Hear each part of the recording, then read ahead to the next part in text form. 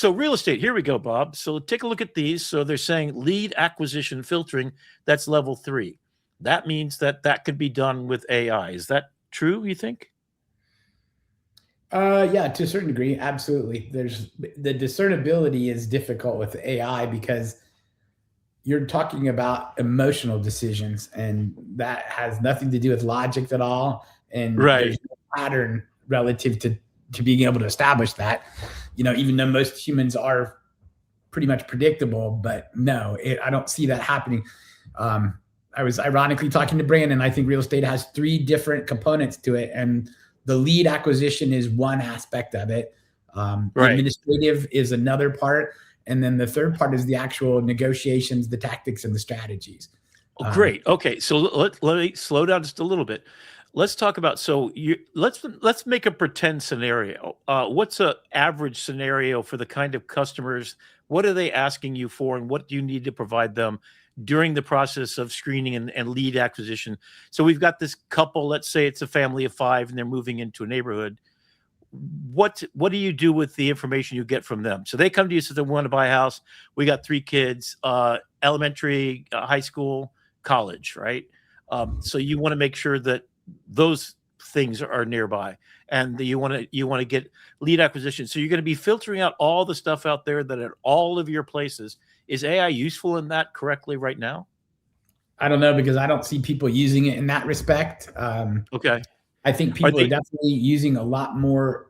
People are a lot more opinionated and a lot more educated about their purchase decision than they were before. I mean, the best example of that is, in my opinion, typically it leads with like the school district and the price are the 2 biggest things. Right. And those are the 2 factors that go into it. Okay. So that, and it also depends upon where and how they're coming to the market. Meaning, are they moving up within the market? Are they coming to someplace else? Okay. Those kind of things. So what stage are they in life? If they're retired, they're downsizing. If they're this, they're that. So, but filtering through all the noise to get to the ones that you would present to your client, step number 2. So now you've got this new client, and you know what they're looking for. So you're going to use that filtering system to get exactly what they want. So you're not going to show them 10,000 houses. You want to be as efficient as you can, and see if you can pre-visualize in their head so they are pre-selecting. So you're not going, how many houses would you typically show a family of 5 before you get them to buy one? It depends upon the people and their history. Okay. What's the range? Ironically, I just had a client who was a first-time home buyer that saw 43 houses, made offers on 5 of them, was in contact with 3 of them to ultimately buy 1 house. So unfortunately, because of the fact that since COVID, people's psychological aspect of how, if they put the sign in the yard, there were 10 people there to buy the house. Okay. And now it's starting to shift, and it's becoming more of a balanced market. Our market is definitely skewed more towards the seller, meaning we have a lot more buyers than we do have sellers. So those are remind me of your market, your metropolitan area. Yeah. I'm sorry. Average price around $400,000, 4-bedroom, 2.5 bath house. Okay. Average first-time home buyers like 40 years old. Average move-up buyers 62. Okay. So that's a national thing. Columbus is almost exactly what the national averages are. Okay. So Columbus has got that right now. Is there a glut or overabundance of properties? No. Okay. So how the definition of a seller's market is, or a buyer's market, is kind of what you're asking. Right. According to the NAR, that is a definition saying that if it takes more than 6 months of inventory for a house to sell, then it's a buyer's market. If it's less than 6 months, it's a seller's market. 43 houses sound like a lot to go through, no? It is. It's ridiculous. Yeah. So up until that time, if a person had come to me, it would be because there weren't that many houses available for them to see. So there was no real data points for them to be able to go and look at it. So they really couldn't discern as much. Typically that meant that they weren't seeing 5 or 6 or 7 houses. Okay. Now, ironically, that's a different market than somebody coming in and saying that I want to be in a particular school district at a particular price. They're trying to decide the market, saying I want it now when the market might not have it. So a good example is in better suburbs, those houses that are 500 to 750,000 that would be that, there's only one or two Right. of them really available in any day, even still today, because the Wow. market's Wow. still Okay. good. So like tomorrow, I'm going to look at two houses that are over $1 million, and they'll both sell tomorrow or the next day. That's Wow. and Okay. but they're So good let me houses. Okay, so let really me good back up. houses still really sell. Let me maybe back up a little bit. Okay, so you've got throughout history, you've had tight markets and loose markets and demand and supply and demand. And so that's that. And then you had probably the most disturbing impact on you all has been the internet age. What has that changed about your job? And then what I want you to do as we go through the rest of this, the 6 steps here, um, what's different between the internet age, let's call it that, and then, because you've got Zelle and you've got realtor.com, you got all these different things, right? And then now the AI age, is it getting easier for you? Are you doing less work or, No, it's actually getting worse because people want to know more and they have more right. stuff to look at, and they have the same speed and access that I pretty much get it because of, unfortunately, the Yeah, it's realtors there. gave up all the data. So Zillow and Redfin, and people don't really understand how, like, Zillow is not a real estate company. They're a lead Right. generation company. So all Right. their goal is to get as many people as they can to buy their leads and take 40 to 45% of their income for that referral.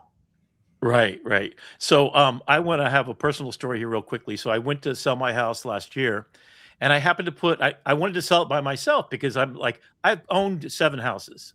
So I bought and sold them, no problem. Always had realtors, always paid the commission, all that kind of stuff, right?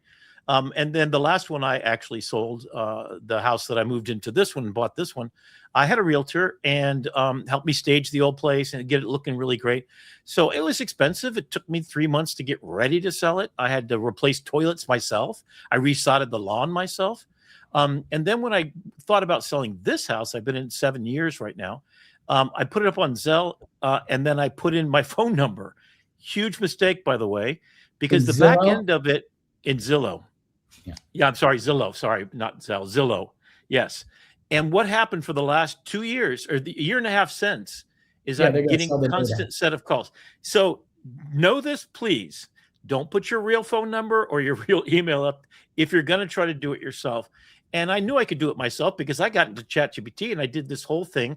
I did comparables. I looked at what I was looking for. I went and saw the houses when they had open houses. So I still was probably going to, the seller was going to be paying the commission. I was going to try to sell my house because my roommate was becoming a realtor, and so she would have taken care of that part of it. So I think your people are coming to you, and they've already been through 3 different apps, and they already kind of know what they want. Do they hand you, show me these 3 houses? A lot of times they do, or we talk about it. And like some of the things I do, I call that rules of engagement. So Okay. you can buy a bad house if you want, but if you want me to help, I'm not going to let you do that. I'm going to guide you to do that. So we have to define what that means based upon what you're trying to buy. Gotcha. No railroad tracks, no power lines, no main drags, no negatives or objections that I can't improve or change. Those are things that can never change. Okay. No matter how great you think you're going to buy it, price wise, that objection is always going to be there. So don't do those kind of things. Part of this is one of the reasons that you would hire a real estate agent is to prevent problems, because most people don't do this but very few times in their lives, and they're massive financial decisions. So the best thing that I can do for somebody is tell them the truth and let them understand how this really is going to work, because I've done it for 30 years and it really hasn't significantly changed, and it's not going to. People are still going to buy and sell houses. The world of the AI, I mean, I've been around in real estate before the internet was there. And yes, it had a significant impact, but it didn't change unfortunately, our business has not radically changed. It is not. Okay. It is not. I mean, the customer, I think the kind of thinks it has changed. I mean, so I paid 17.5% interest rate on my first house, just to give you an idea. Right now I'm at 2.9. Yeah, right. Yeah, that's back in the day, right? So stuff has changed quite a bit there. I think what's interesting is you have what's called golden handcuffs. Yeah. Yes, I got golden. So I went to buy a house in Miami, and I just can't, because My insurance, because I'm in Florida, tripled in 7 years. Tripled to Just I'm so now you paying a know, it does that everywhere. Unfortunately, even in yes, Ohio, okay, right? And my insurance is double. Yeah, my taxes also tripled. So I because am you're paying appreciation. $2,500 a month for those two things. My mortgage is $1,000. So, like, and then if I went to buy a new house, of course, the homestead's going to be okay for me. And Florida's trying to pass this new thing. I don't know if you have it where you are, that if you're over 65, you do not pay taxes. And even Trump is talking about this completely eliminating house taxes by raising up the sales tax. Is that true at any other place than Well, Florida? Ohio is actually the only state that actually put it on the ballot to repeal property taxes, what you're talking about. But Yes, yes. Florida by far has much, much better tax laws than pretty much any place else in the country. That's why all the billionaires are moving there. Well, and yeah, the big thing is that we've got tourism that pays all the money, right? We got Russian bots that are buying properties here.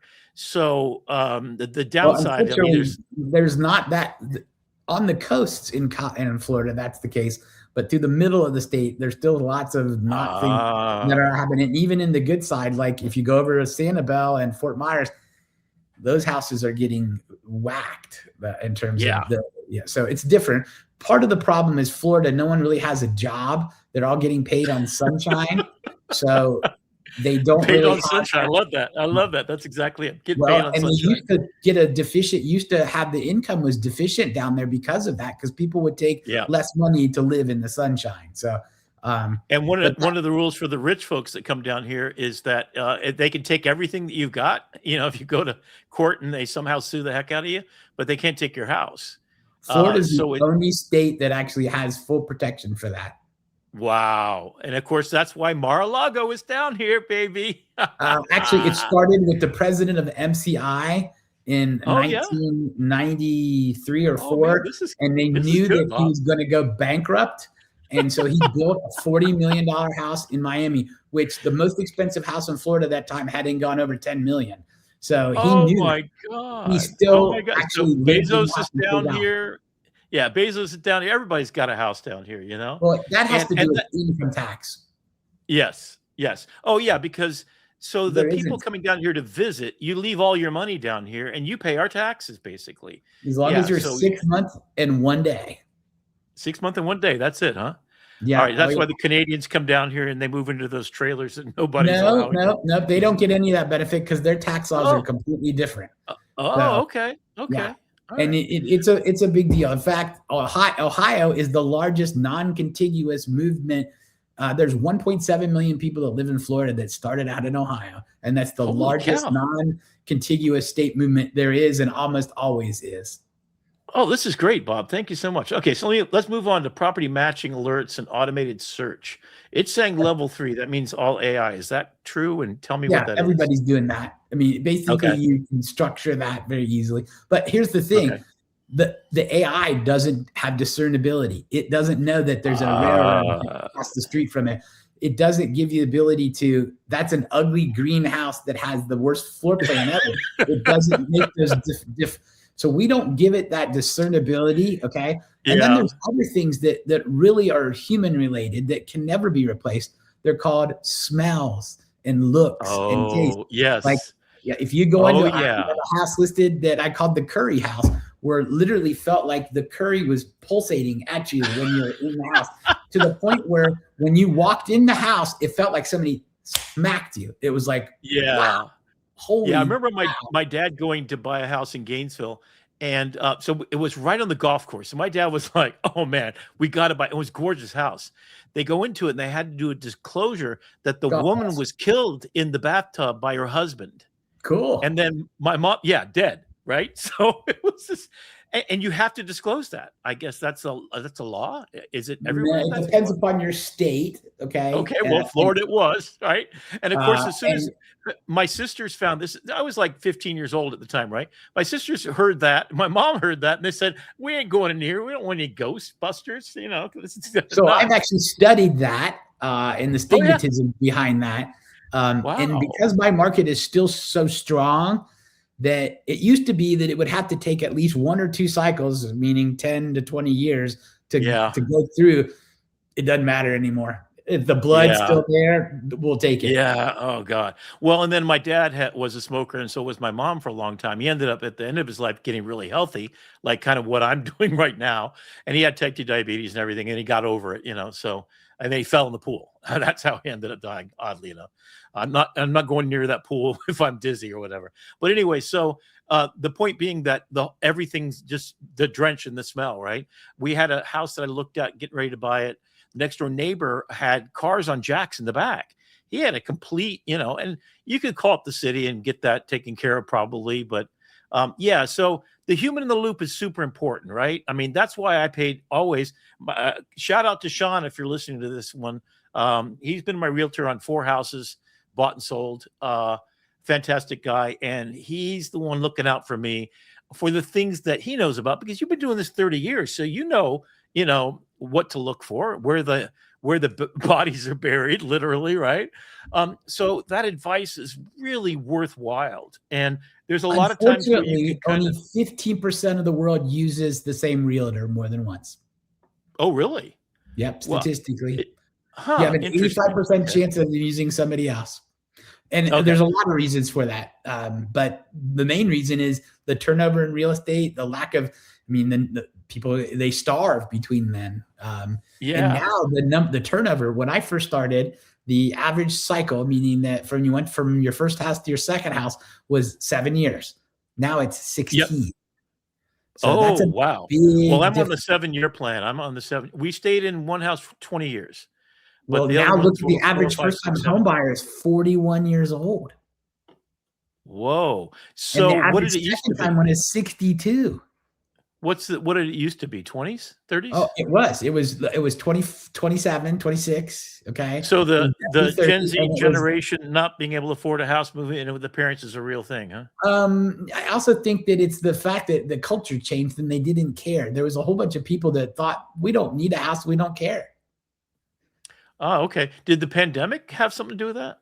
That totally changed it the opposite way, when they decided they hated living in their apartment because that's the only thing they had, and they didn't have a yard, and they didn't want to go into an elevator where there'd be some other human you'd have to be with. So if you go look, what I see with that is most big cities, Chicago is probably the best example of that. Any place that you have a large condo complex or the large people go into, like elevators, those have gotten really, the appreciation stopped and it's gone down. Those are losing propositions. In fact, if you look, even in my city, in Columbus, I just had a person to buy a condo 22 years ago and paid $705,000 for it and just sold it for $650 and was happy. Oh, wow. Okay. So they're upside down. So I had a couple of those cases. And let's get to number 7. Else in my market, though.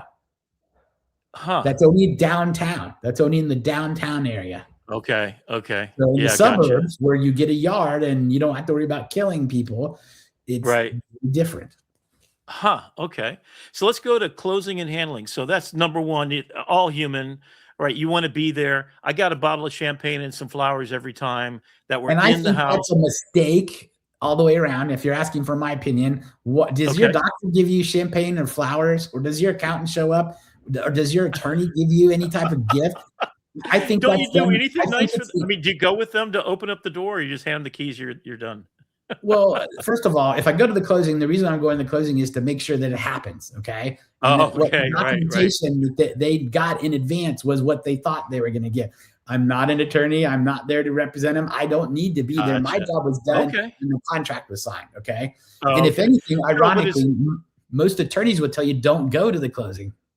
Oh, okay. So let the closing agent take care of that, because they're the one trained in all the details and you're slowing down the process. Gotcha. Okay. All right. Because I have been to closings and a couple of people. There were 2 things that I'm actually kind of curious, because these were use cases that I heard from other people. One was people pulling guns on each other at the closing. That happened a couple of times. I've seen people a lot of tension. Fights. Yeah. Okay. And then the other one was the transfer of the down payment got hacked. So they did a wire transfer and it got hacked and the money never got there. And then they didn't buy a house. Right. So they're doing more security. Is there more security on that kind of end? I mean, this is not Yeah, there's a lot more. The whole blockchain kind of changed that. The way that once you're in contract, the way the title company, tries to do it, because there's some really slick people out there trying to get in between it. And there's some really aggressive. The biggest scam that I see right now that's happening is somebody will go and pull a property that is like a vacant piece of land and pretend like they're the owner of it and they're out of state and they want to get rid of it. And they've got driver's licenses. They've got insurance cards. They have, does AI make that worse? So the internet made that worse. Does AI make it even more worse? My brokerage they have an auditing team now because of this. And it's like, wait a minute, who's paying for that crap, Yeah, in fact, we're gonna move through these next two. So we've got contract negotiation. So a friend of mine started a company called Contract to Close. So she's the one that picks up, right? The contract goes to the closing, make sure all that does. Title company, yeah. Well, she created a company that's separate because she was a realtor all her life and she didn't like selling and she wanted to get to the end part and she wanted to assist. So she gets hired by a realtor to have a really smooth transition. I mean, this is for, she was doing $10 million, $20 million houses and stuff. All right. So contract negotiation strategies, human in the strategy loop, figuring out how much you can afford, et cetera, home showings and tours. Okay. So let's get to what I did. So I'm not going to play this. I'll play a short bit of it just to see if you agree with what it says. All right, let's get right into it. Today, we are talking about one of the biggest shakeups in real estate, period. We're looking at how artificial intelligence is completely changing the game for agents all across the US, literally transforming every single piece of a deal. So you got to ask the big question right off the bat. Can a robot actually sell a house? Well, the short answer, nope, not a chance. But the real story is so much more interesting. You see, AI isn't here to replace agents. It's becoming their new secret weapon, their partner that handles all the grunt work so they can focus on what humans do best, building relationships and, actually closing deals. And look, this isn't some sci-fi fantasy set way off in the future. We're talking about right now. AI adoption in real estate is set to just explode, going from about 36% today to a wild 90% by 2030. This is a massive wave, and honestly, figuring out how to ride it isn't really an option anymore. So here's how we're going to break it all down. We're going to follow the life of a deal from start to finish. Okay, I'm going to kind of stop there, but oh shoot, didn't go to the place. The 6 steps, let me see if I can find it. There we go. AI revolution before the sale, during the sale, after the sale, future ready agent. Okay, so now we can go on. So what I did is I did this in Notebook LM. I loaded up everything I could find. What I was literally looking for is where AI applications, drones, etc., where do they step in? And so I'm going to walk you through them and stop me anytime you like if you've got an idea or thought process. So before the sale, you've got predictive marketing analytics, you got virtual staging, 3D tours, you got Matterport. We'll kind of take a look at that. During, you've got everything from chatbots to contracts and automation and drop sign. Oh, DocuSign and things like that, which is not necessarily AI, but that certainly made a process a little bit easier. And then this is the Notebook LM. This is the infographic that I created. So I'm getting pretty good at telling it I want 9 different things and 9 different ways that it does it, and then give me photorealistic renderings of this. So this is what I did with Notebook LM, and I'm going to give this to you as well. And as part of this show, all of this is going to be in the notes, and I'm going to give everyone access to the Notebook LM that I produced this in. And what I'd love to do with you later on, Bob, is have you back and see what the future looks like even a year from now or 6 months from now, to see if any of these are actually helping you and where it fits in. I also have 3 other people that I'd like to introduce. Anna Kunin, who's, I forget, she's like in the 3rd largest, I think she made $2 million last year in just her own sales, and sells, every house in South Florida. She's been on the TV shows, all the Channel 6, I think she's a consultant for them. Anyway, so I'm going to try to do that. So here's some of the tools. So there's a link down there to the Google Notebook LM, and I'll definitely give that to you after the show because I want to get your feedback. So I know nothing about what my point here is. I know nothing about real estate except having bought and sold 9 houses.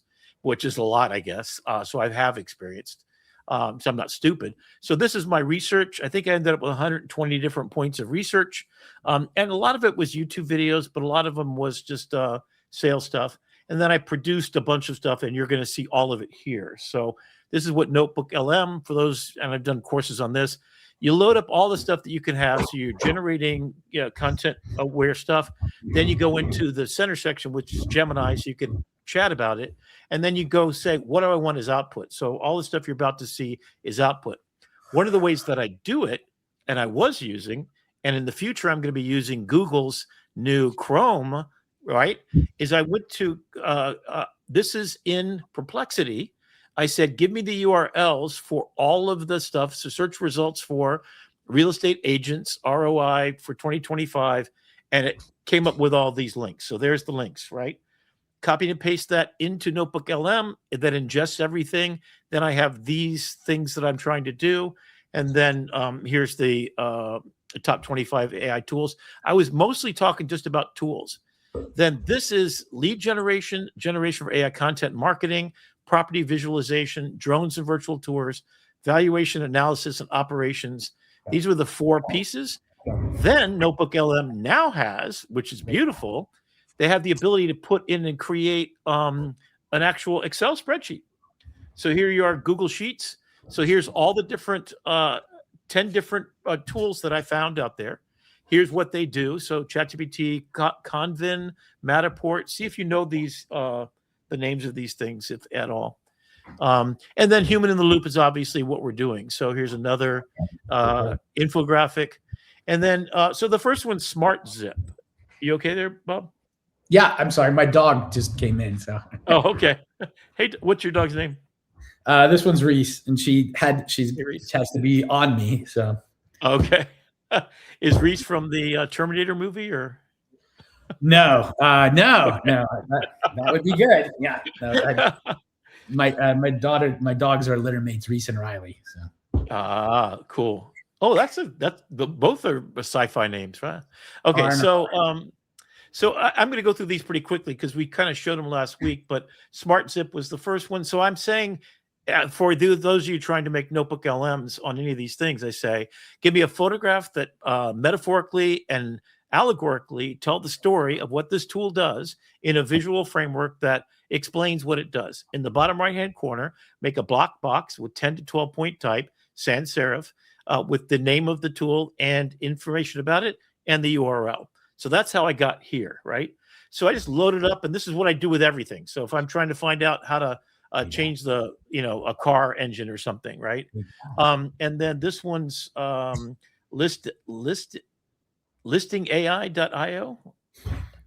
Are any of these sound familiar to you? No. I know about Canary, but I don't use any of that kind of stuff. So. Okay. Base 44. You don't use them because you don't feel they're efficacious for your. Well, I don't know that they even existed until you just said it right now. So I don't. Oh, okay. There are so many things that people are trying to sell right now to, especially realtors. Well, and that's kind of what I want to do, because so my goal, when we've been talking for like a year, I think, when we first talked and stuff, my goal is I would like to work with you and go do presentation to realtors, but to vet out all of these tools. So we hand them a sheet. Here you go. Here's all the links you need to know. Here's how it works. So then we do research for them. So do a research, be a consultant to realtors is kind of a thought, if you wanted to. I'm actually trying to do that. I don't want to buy and sell real estate anymore. I'm going to be an advisor. Yeah. There you go. So Giraffe 360, have you used this at all? No. The Matterports are pretty good. Here's the problem. If you price the house right and you effectively make the house conditionally right, you don't need to do any of this other stuff. Okay. Yes. Agreed. Nothing you can do from all this digital stuff will overcome an overpriced house or a poor condition. Yes. Okay? No, I get that. But this is the edge, right? This is the 10% where you get it's like a shovel. Okay. And sometimes the best way to use a shovel is to pound somebody in the face with it. Okay. So these tools are great. Like Matterport. I mean, I had a client complain because, have you used Matterport before? I have not used any of these tools, so I'm just Okay, so it's I'm really good. imagining. I'm And just it's doing really cool. research. Actually, I Okay. met the people that started this when I was in the Oh, photo booth world. I've actually done walkthroughs using what I guess was And they're Matterport very because it looked awkward. just like this. Yeah, they're very Yeah. awkward for people to. So, and they're not And of course, inexpensive. this is the worst. This is the worst it's ever going to be. So these will get cheaper and cheaper. In fact, I just saw one recently that was a hand-sized drone you send through the house, and it does all this using splattering, splatting, right? And then it does everything. So okay. So my point, Rick, is I have to be conscious of what costs are and what's effective. Sure. Okay. Yeah. And until these are a proven tool that makes my shovel work better, yes, this is just another shovel. Okay. So the thing about AI is because part of this is if I have a house listed, there are some times that, first of all, pictures are what really are important for the world of the internet. Okay. But that particular thing there shows everything. And I don't want that necessarily to be the case. Okay. Gotcha. Okay. Well, if you do a Matterport inside the house, it gives you everything in the house. Okay. Yeah. And that's overwhelming for most people. Okay. Yes. Well, so everything is getting faster, better, cheaper. That's the goal of every technology ever, forever. And this is the worst it's ever going to be.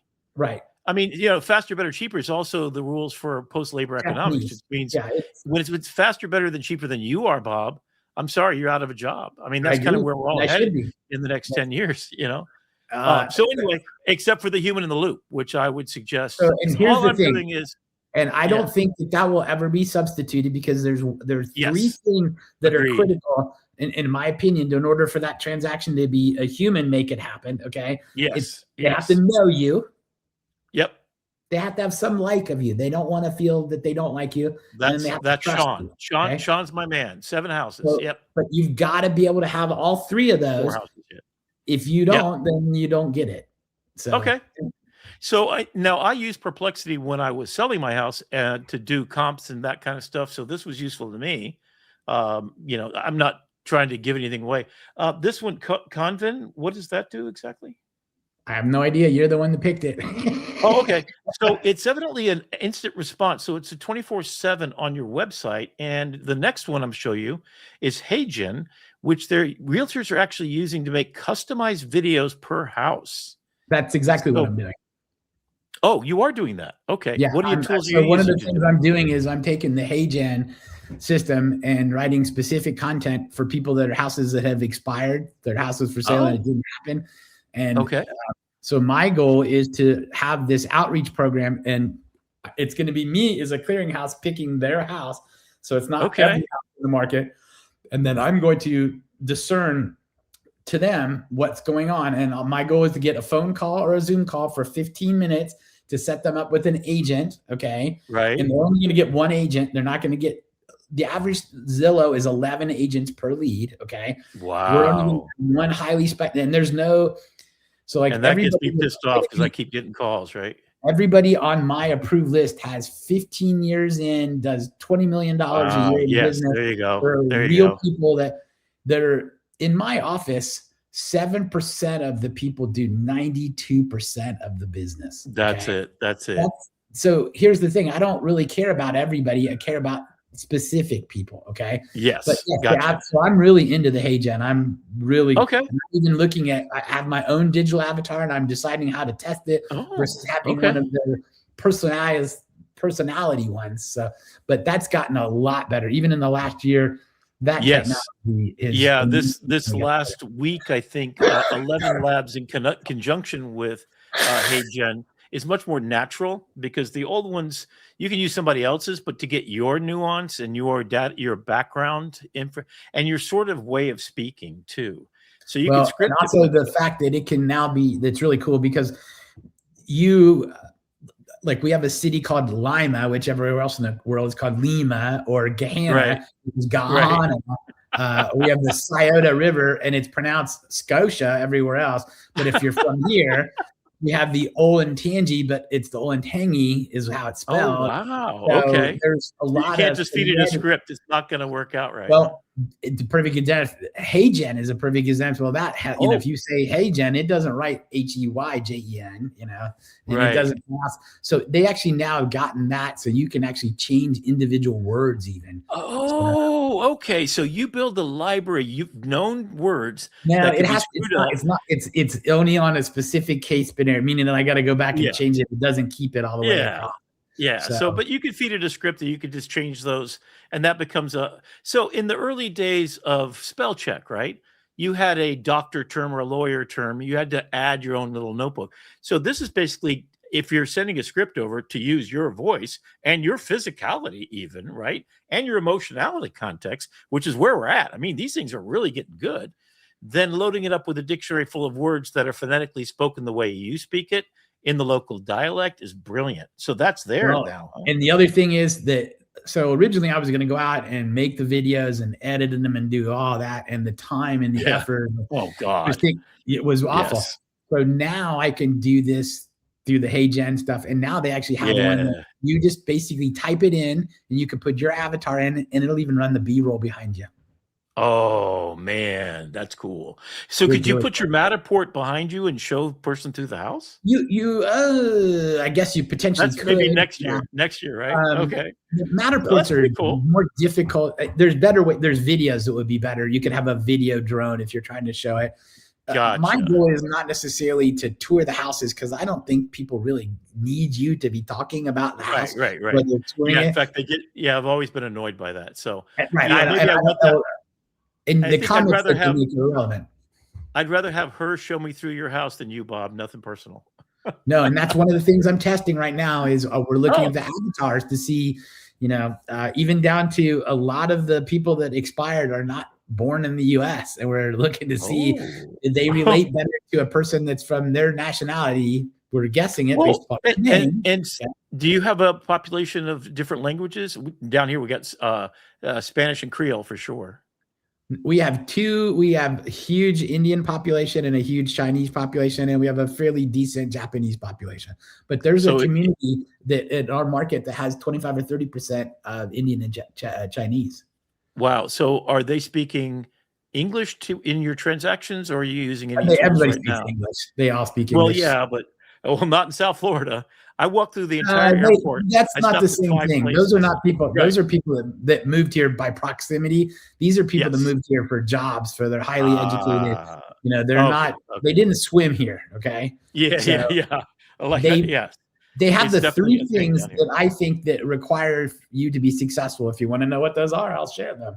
Sure. If you're an immigrant, you have the brains to get here. Okay. Sure. If you got here, you have the balls or the chutzpah to make it happen. Okay. Yes. And the third thing that every single one of them has is they have some kind of financial backing, because it's not that easy or that cheap to get here. Okay. So my point was more like Apple has it now, so it's instantaneous translation to any language. Yeah, and then back and forth. Right. And I don't know. I don't want to do that, because I don't want to be trying to pretend like I speak Hindi or Mandarin. Okay. Right. I know just enough to get by, but it doesn't mean that I can have a person that looks like them. Okay. Right. Because half the time, those people speak better English than I do anyway. Okay. So, gotcha. But if they look like the person that they're contacting, that might work. I'm trying to still figure out how that transition works, because I'm trying to remove me from the equation and have the process be. My goal is to have an advisory capacity that says, hey, look, here's how we hire the agents. You know, here's your house. Here's who you should use. Okay. And how we get paid is they pay us a referral fee for you getting gotcha. If they don't, I don't get paid. You don't get paid. Nobody does. The other thing is it's not going to be, you're going to get one person. We're not sending you 10. And if you don't like it, hang up or shut up on them, and we're done. We're not ever contacting you again. We've got, we picked you. If it doesn't work out, then we're done. Right. Okay. We go on to the next one. So you're going to higher level efficiencies of process, and you're okay with taking your humanness out of it by using tools that amplify your profitability too. Yeah. Well, my goal is to do it where, because what I see is there's going to be a huge market. Our market is just finally doing it. And your market would be amazing with expired and withdrawals, or probably 30 or 40% of your market. And those are people that have raised their hand and are willing to pay a commission and willing to hire a realtor. It's just a question of what did they do wrong? Okay. Because houses still sell. Okay. Yeah. So let's go on to the next one here. So what I'm hearing so far is you seem to be really excited about HeyGen, which I think is interesting. But it's for your use case. And I don't want you to give out too much of your proprietary, because I want you to be successful doing exactly what you're suggesting. I have no problem sharing it, because no one's ever going to. Part of the reason why no one is successful is nobody's you, huh? Right. And they're not doing the fruition, meaning that they can talk about it all day until they do it. It doesn't matter. My goal is to be able to prove that this works in Columbus, Ohio, and be able to do it in other places. Okay. And then I'm going to sell that process, and I'm going to get a referral fee for doing that.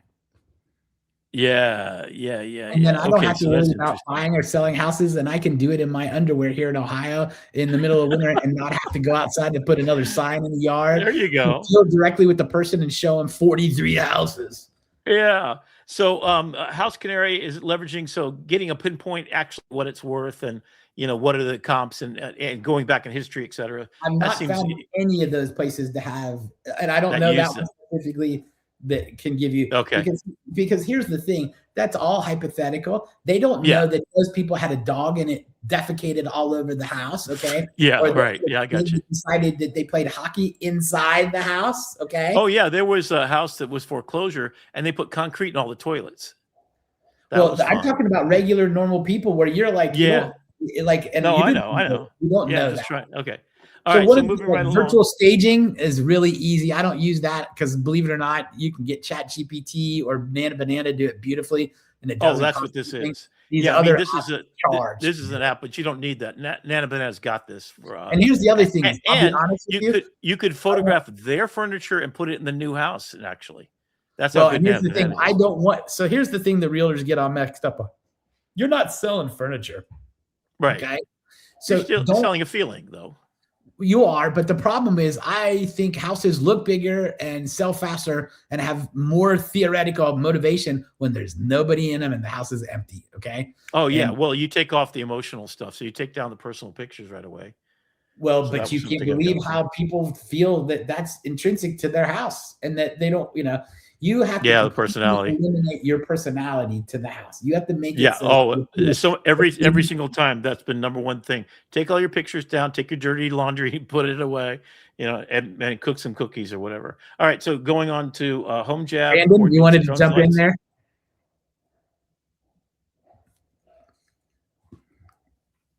I know I just wanted to give Rick a quick time check because I know I wanted to talk about Lovable, and we're coming up on the bottom of the hour here. Yeah, I think we're going to be I'm going to try to get through this last bit. So removing stuff, Canva, Restep. This is interesting. Analyzes property photos, identify features, and auto generates SEO, optimize listing descriptions. I thought that was kind of cool. And then Canva and Magic Design. Now you've got Canva plugged into ChatGPT.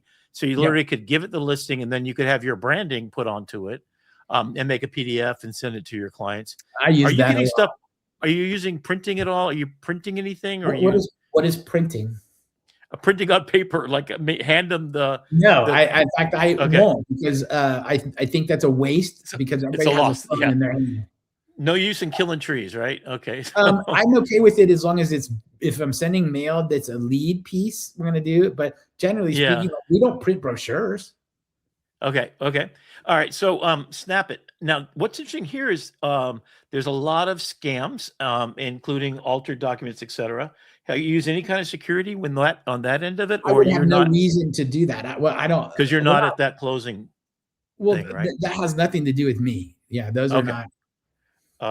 Whisper Flow, I've used that. If you're going to use ChatGPT or any of them consistently, and you're using your voice to activate it, a lot of times the information gets wrong because it's writing it down wrong, especially if you have technical terms. So Whisper Flow a good investment, although it's a little expensive. I think Apple's supposed to be coming out with a better one coming up soon.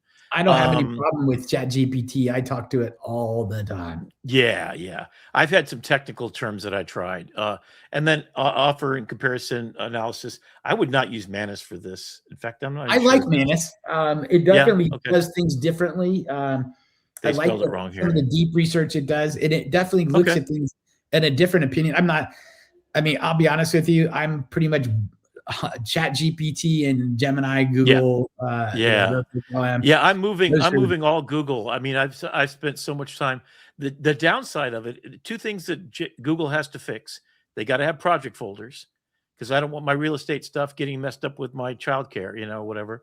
And they've got to fix the context menu memory is so large in Gemini that it actually has the same kind of context window.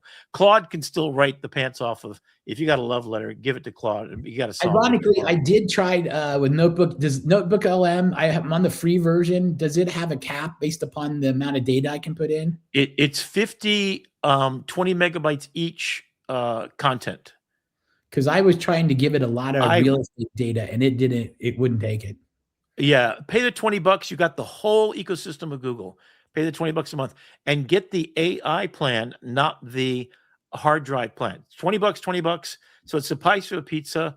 And I'll sit with you later on if you want to. And or if you have a group of realtors, let's do a seminar and show you exactly how I do all this stuff. This one I thought was kind of cool. I found somebody else did this. But here's property surveys, which I've had troubles with in the past. Understanding it. I'm also using it right now I'm taking a property survey and then doing my entire backyard over with plants and stuff. So, and what my legal things, put a shed in, that kind of stuff. So I found this kind of interesting, but this is True Title of Central Florida that put this out there using Google Notebook LM. And then this is another deck that I ran. And then I think that's pretty much it. Thank you so much, Bob, man. This has been fantastic. Absolutely. Yeah. So thanks, Bob, for coming out.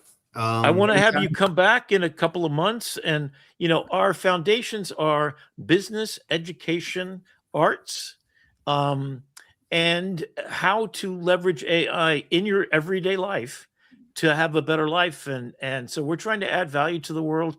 That's what we do here at AiTv. I am Brandon, been at this for now the 23rd episode. And now we're going to talk about how we do this in the love world. So